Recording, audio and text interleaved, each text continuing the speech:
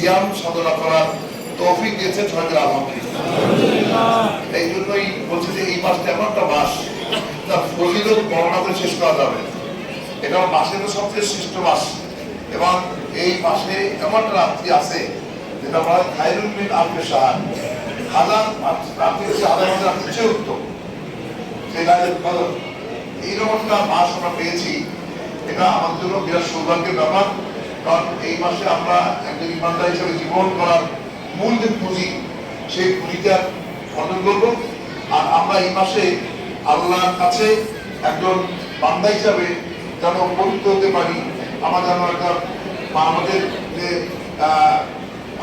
আমরা করেছি, দোষটুরি করেছি, আমরা বিভিন্ন ধরনের অপমানি করেছি, এখান থেকে মুক্তি পেতে পারি, তারপর সুযোগ এই মাসে আছে। আল্লাহ নবী বলেছেন যে ওই ব্যক্তি হচ্ছে হতভাগ্য, রমজান পেল অথচ তার পূর্বের গোনাখাতা মাফ করতে পারলো না। কাজে এখানে কিন্তু এই মাসে আমরা পূর্বের সমস্ত গোনাখাতা মাফ করার সুযোগ পেতে পারি, এই সুযোগটা এখানে আছে। আমি আমার বক্তব্য শুরুতে কোরআনের আয়াত করেছি, সূরা আলে ইমরানের 102 নম্বর আয়াত। সেখানে আল্লাহ বললেন যে ইমানদারগণ, তোমরা আল্লাহকে ভয় করার মতো ভয় করো, হক আদায় করে ভয় করো। তাকুন না আক্রান্ত কাতিহি, আল্লাহকে ভয় করো যেভাবে ভয় করা উচিত। আর তোমাদের মৃত্যু যেন না হয় মুসলিম না হয়। এই কথা মধ্যে দেখেন কয়েকটা কথা আছে। ইমানদারকে উদ্দেশ্য করে আল্লাহ বলেছেন, বলেছেন যে আল্লাহকে ভয় করতে হবে, ভয় যেভাবে করো সেভাবে ভয় করতে হবে, নাম করে তোমাকে লাভ নাই।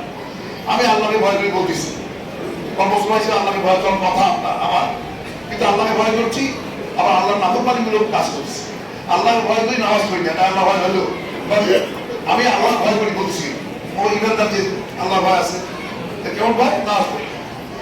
কেমন ভয়? আমি ঘুষ খাই। কেমন ভয়? আমি সুদ খাই। কেমন ভয়? আমার বউগুলি পর্দা করে না।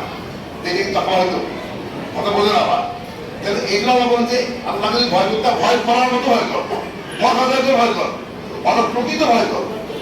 এই যে ভয় করা, মুত্তাকি হওয়া, এটা হলো ইমানদারের জন্য একটা মৌলিক দায়িত্ব, মৌলিক বৈশিষ্ট্য। কারণ মুত্তাকি হওয়া ছাড়া আল্লাহর বিধান মানা যেতে পারে না, কোরআনের বিধান মানা যেতে পারে না। সেই জন্যই এই মুত্তাকির গুণটা যেন আমাদের মধ্যে আসে, খোদার ভয় যেন আমাদের মধ্যে তৈরি হয়। এই জন্য কিন্তু রমজানের সিয়াম সাধনাকে ফরজ করা হয়েছে। ঠিক আছে বলেন? আমরা জানি রোজা ফরজ করার আয়াতে বলা হয়েছে, সিয়াম কামা লাযিনা মিন কাবলিকুম লাআল্লাকুম তাত্তাকুন, যেটা আমাদের জন্য পাইছে যাতে তোমরা আল্লাহর ভীতি অর্জন করতে পারো, আল্লাহকে ভয় করে চলতে পারো। এই গুণটা যেন আসে।